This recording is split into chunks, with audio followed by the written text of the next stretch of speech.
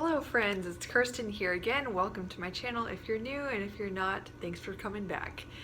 So today I have a tip-oriented video for you guys again. I love doing those and I feel like it's been a little while. It maybe hasn't, I don't know, that's just my perception.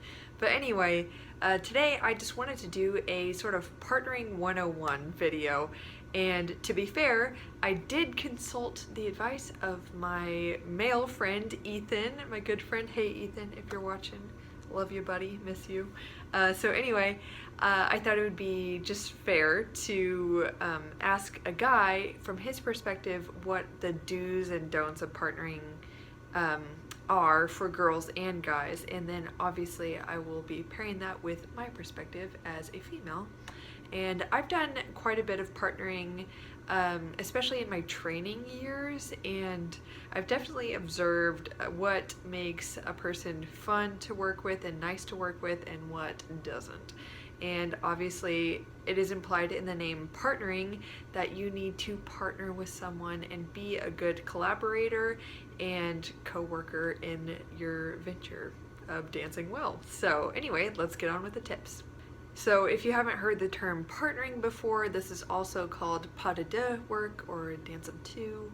A male and a female dance together. There's lifting, turning, tricks involved, sometimes not. But at the very basic level, you are dancing with another person, usually of the opposite gender. That's how I'm going to be talking about it, because there's a lot of like contemporary pas de deux type stuff, and I've actually choreographed this way plenty of times where there are like two girls dancing together or two guys. But anyway, that's just the little disclaimer. I feel like I can't do a video these days without a disclaimer. Okay, so I'm going to start with the do's and don'ts for girls and guys together as a pair. So the first do is show respect to one another and be a good communicator. It is of the utmost importance that beyond your dancing skills, you at least show respect to the person you're dancing with, because this can kind of be a touchy thing, no pun intended. And you know, sometimes feelings can easily get hurt. People can feel self-conscious, and respect is just the very basic thing you need to have in order to be a good partner. My second do is to communicate well and openly with your partner in a respectful manner, obviously, and also to have grace for each other when things don't go well. Communication is one of the most important aspects of being a good partner, someone who is nice to work with, because you want to be open in your communication so that your partner feels like they could come to you with a concern or with some sort of improvement that can be made. But you also need to feel comfortable as the girl or the guy respectfully saying that you've observed this one thing and you think it could be better, like say a pirouette could be more easily executed and better executed if the girl started a certain way or did a deeper plie before starting, things like that. So just really, even if you're shy, be okay with respectfully communicating with one another. Chances are it will be very appreciated and very productive. My third do for girls and guys is never assume that it is always the other person's fault, even if you are the more experienced partner. This goes along with respect. It's really self-absorbed and kind of ridiculous to assume that it is always the other person's fault, and that usually leads to you having a negative attitude or behavior towards your partner, even if they have less experience, even if their track record is that they're really not very good at what they do. Be open to seeing how you can make the situation better, and that will definitely make you someone who is quicker to improve, first off, but also really nice to work with. So for the don'ts, the first thing is to never talk about your partners, whoever, behind their backs, especially not in front of them, especially not in class. But even you think you're safe in the locker room, but don't do that. It's just really bad form. It's disrespectful. It looks badly. It actually casts a negative light on you as a person when you're talking badly about someone else. Now, it's valid to kind of vent sometimes if your partner did something really awful, but just really trying to keep it to a minimum. And if you are voluntarily speaking negatively about someone and not just expressing how upset you are about something, just don't. If you don't have anything nice to say, just don't say it. My second don't for girls and guys is to never make each other uncomfortable by showing obvious signs of judgment or discomfort in your face, even if you make a bad facial expression that is reflecting something you just did poorly. I've seen people take things the wrong way so many times. Even for me, like, I'm generally a very nice and positive person, but I'm also very expressive in my face, and I've actually had people take some of my facial expressions the wrong way to think that I was judging them or that that face was coming from them doing something wrong. So just try and keep that to a minimum. And especially do not obviously show that you are having judgmental thoughts towards someone. I've had a lot of partners when I was growing in my skills as a partner. I've had a lot of guys just clearly be very judgmental towards me in class, and it was pretty miserable, and I would never consider counting them among my friends. You know what I mean? They're just not nice people to work with. So don't do that. My third bonus don't for guys and girls is to not go pair up with your buddy. This goes both ways. If they are drastically different than you in size. As a tall woman, it is so frustrating to have a teacher that isn't comfortable with saying, no, don't go with that person, yes, go with that person, and they enable like short girls to go with their best guy friend who is like 6'4" and they're 5'2" and they're partnering together. Meanwhile, like 5 girls that are 5'8" and above are with the second tallest guy, wishing that they had a taller partner, or they're struggling to dance with someone who's shorter than them just because the short girls who are great friends with the guys are hogging the tall guys. This is just so disrespectful, so irritating. So please just try to partner with someone your size or something like that, and don't blatantly ignore the size difference because it really matters, okay? Especially the tall women in the room will be eternally grateful. Okay, so now I'm going to move on to my advice for the girls. And by the way, if you're a guy, I will go ahead and put like a timestamp marker in the description below, so if you want to just skip to the part where it's just advice for guys again, go ahead. So my first do for girls is to dance like you are not being partnered. This might be self-explanatory, but if you have never partnered before, you might kind of think like, oh, my partner is holding me and we can do like 10 pirouettes and he's just gonna lift me and support all my weight. But no, this makes their job really, really hard. So even though the reality is that they are helping you out, dance like you are trying to support yourself, balance on your own leg, and yeah, don't expect them to like make you look like a better dancer. When you collaborate well together, you will both look better, but don't go in with the attitude of like, oh, I don't have to try as hard because they're supporting me. No, not lift yourself, but like jump as high as you can, even though they're helping you get up in the air, and go for as many, well, say if you're trying to do 3 pirouettes, give them at least force for 2 and hold yourself up there. Don't expect them to like do all the work for you, okay? Okay, I think we get that point. My second do is to hold your core, stand up really tall on your leg, don't sink in your point shoes, so keep those ankles strong. You really, especially in adagio work, when you're going to be standing on point for a while and like doing a promenade or something, it is crucial, especially for saving your point shoes because they could die really easily in partnering work. It is crucial to think of like really pointing your toe, your foot in your shoe, lengthening your ankle, and not just sinking into your arch like that, because that's going to kill your shoes, and it's going to make it harder for you to find your balance and for the guy to actually feel your balance. Also, this is kind of underestimated for a lot of girls, but you do need to have upper body strength in partnering. You need to especially mind that you're engaging your lats, your latissimus dorsi, these muscles here, and for instance, like not getting those chicken arms, not having weak arms, but really supporting up under the arm and feeling your shoulder blades locked down onto your back so that your arm is nice and strong and supportive whenever the guy is trying to turn you, promenade you. He has some leverage there if you are strong in your upper body. So do help him in that way. Also, do put weight into your partner's hand, arms, body, whatever.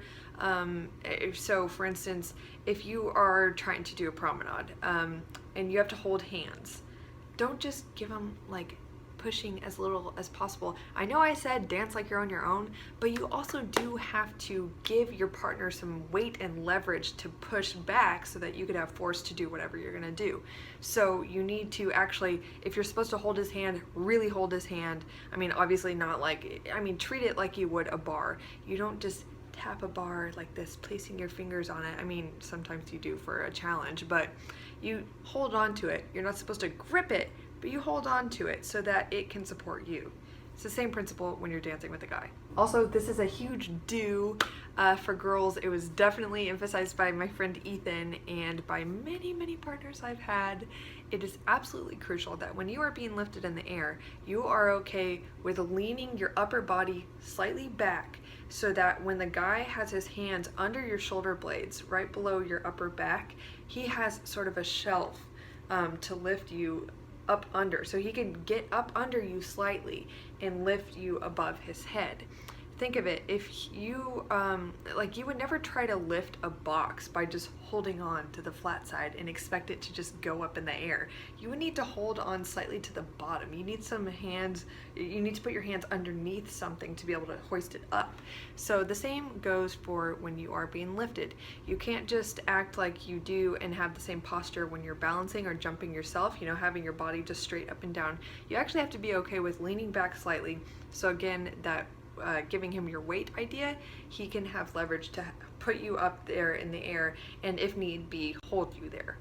My last do for girls is to really practice using a very deep and consistent plie before each of your movements, sort of in a preparation before each movement.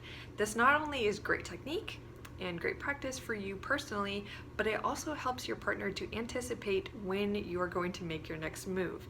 It allows him to have more time to situate his grip a certain way and prepare his own body to support your weight, rather than having like a really spastic, sporadic, like quick spring sort of plie where there's no buoyancy there, there's no weight there, things like that.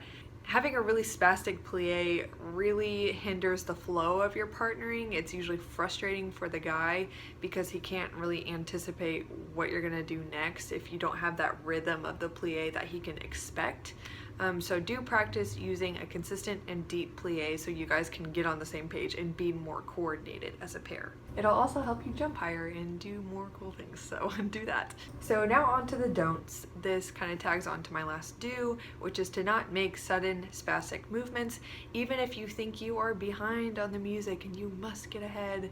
I've totally been guilty of this before because I'm like kind of obsessive about musicality, and I've had partners like hold me back before and then we're behind on the music and it is so annoying to me.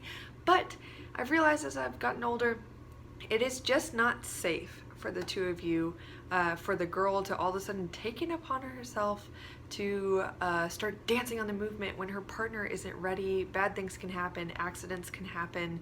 So just be respectful, be patient, do push for the proper musicality, but don't do anything that your partner can't expect because you can hurt yourself and you can definitely hurt him. This is a big don't for the girls that I usually wouldn't have to tell to a guy, but I feel like I need to say to the girls that you should not be overly apologetic. I see this all the time. I've been that person. I've had a lot of partners before that were just really unpleasant to work with, and they were just kind of being turds, honestly. And I felt the need, I would catch myself like constantly apologizing when things weren't going right, when the reality was that I was doing everything I could. They simply weren't trying and putting forth the effort to make things work, and they weren't apologetic about it at all. So if you have a partner like that, do they deserve your apologies? No. So don't give it to them. Be confident. Apologize when it is in order and when something actually was your fault, and like when an apology is necessary. But oftentimes, especially in American culture, we apologize for things that don't really require an apology. It's just something that happened, you move forward, you know? So be gracious, be kind towards one another, but girls, don't let yourself get walked all over and take all the blame for things going wrong and constantly apologize. It's just not helpful, and you should be more confident in yourself to recognize when things are your fault and don't accept the burden of thinking that everything is your fault, and don't act like that. It also hopefully kind of causes those guys to recognize that they should own up to those things that they're doing wrong. So don't give it to them, ladies. My third don't is to not wear anything, any leotard skirts, any sort of warm-up gear that would prevent the guy from getting a good grip on whatever part of your body, usually the waist and the hips. And it just really makes his life harder whenever you are wearing baggy clothing or stuff that moves around, or a low back strappy leotard where his fingers can get caught in it. It's just, it's like a rookie move. Don't do it. It's just, it makes their job harder and it's not really respectful towards them. So maybe don't always think going into partnering class that you should be wearing the thing that makes you feel best and you like to wear the most. Think of your partner and what job he's trying to accomplish and how you can make that easier for him. Because the guy's job in partnering is really hard. Just like we would, as women, we would never really want to accept a guy like critiquing our point work or telling us how we should do our point work. We should also have that same sort of attitude on not being so hard on the guys when they're partnering, because they do have a very difficult job, and this in a sense is like their point work challenge, like the thing, they're kind of niche in ballet where it is very hard for them, and they have that unique challenge of lifting us and doing those sorts of things. So try to be respectful of the hard work they have to do. I feel the need to add on this last don't and kind of reiterate a point I made at the beginning of the video, specifically for the girls. Don't be afraid to respectfully tell your partner how things could be better, because the reality is for the girl is that they're usually the focal point in classical ballet pas de deux work. So a lot of times the teachers will be looking at the females to see if things are going right or going wrong, and they can see when things are off. And so girls, you need to be able to help your partner out by communicating how things feel, how you think they could go better, and just engage in this problem-solving conversation. Obviously quietly and respectfully, because partnering classes can easily get really, really loud. That probably should have been at the top with my don'ts. Don't talk too loud, because those classes get crazy. But it actually really helps the guy out if you're a good communicator and you're polite and respectful and telling him how you think things could be changed to be better, because as much as they try and feel what you're feeling and do what you're trying to accomplish, they can't really feel your body the same way you're feeling what's happening. So allowing them to have that insight is really helpful. Okay, now on to the guys, the do's and don'ts for the gents. Alright, for the first do, I'm going to directly quote my friend Ethan, because I want to do his advice as much justice as possible, and I don't think I would do that if I just paraphrased, so here we go. So for the boys, lift with your legs, your back shouldn't do any lifting. This means that when you're about to lift a girl and need to get low enough to do so, you plie deeply while keeping your back completely upright. Do not get low enough to lift the girl by pitching your back forwards. Besides being safer, it makes lifting easier. If you get low enough in your legs that the girl is higher up and you let your body If you get low enough in your legs that the girl is higher up on you than your body, you have to do less actual lifting and more just standing up. So hopefully that made sense to you guys. I'm not a guy, so makes sense to me. Basically, don't pitch your back forward, lift from your legs, keep that good upright posture. Specifically from a kinesiology standpoint, if you're leaning forward trying to lift weight, you're putting an enormous amount of strain on your mid and lower back, so make sure to not do that. I've seen a lot of guys pull muscles in their backs, so be really careful there and be diligent about doing all the bending and the work and the lifting with your legs. I'm going to add this do, which is to communicate openly with your partner about things you haven't tried before, things that you struggle with, and moves that you're new to, just so that she can adjust her expectations and maybe give you some advice on how that usually goes for her and what she likes a partner to do. And then sometimes that makes the learning process easier. Now here is the one and only big fat don't that both Ethan and I have and definitely agree upon. It is to never, guys, ever make your partner self-conscious about herself or do anything that would cause her to feel badly about herself. As it might have been obvious in my previous points towards the girls, it's really easy for us to really take a comment to heart, and partnering is an especially vulnerable thing for women to do because not only, I mean, this is kind of weird to say, but not only are you being like touched, but a lot of girls are a little like hyper aware or self-conscious about their bodies, and especially if they struggle with weight at all, they're very conscious of how much they weigh and what it feels like to lift them or to be lifted. So never ever make any sort of insinuation that they are heavy or that it is hard work.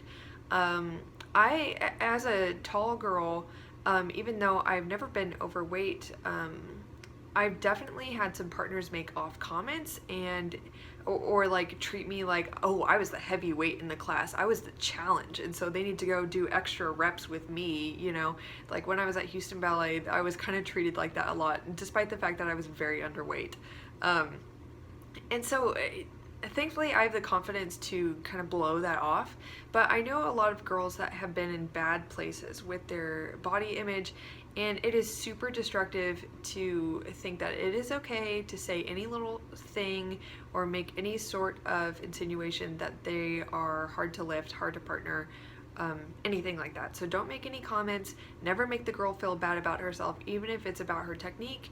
This goes both ways. Girls also don't make the guy feel like he is weak, subpar, anything like that. It all goes back to respect. So I will just finish on that last point and just nail in one more time, respect is everything. And consideration and kindness, always. You know, that's how you want to live life. Be nice to people and it'll come back around towards you. Okay, so thank you guys very, very much for watching. Do subscribe if you haven't already, and like this video if you enjoyed what you saw today.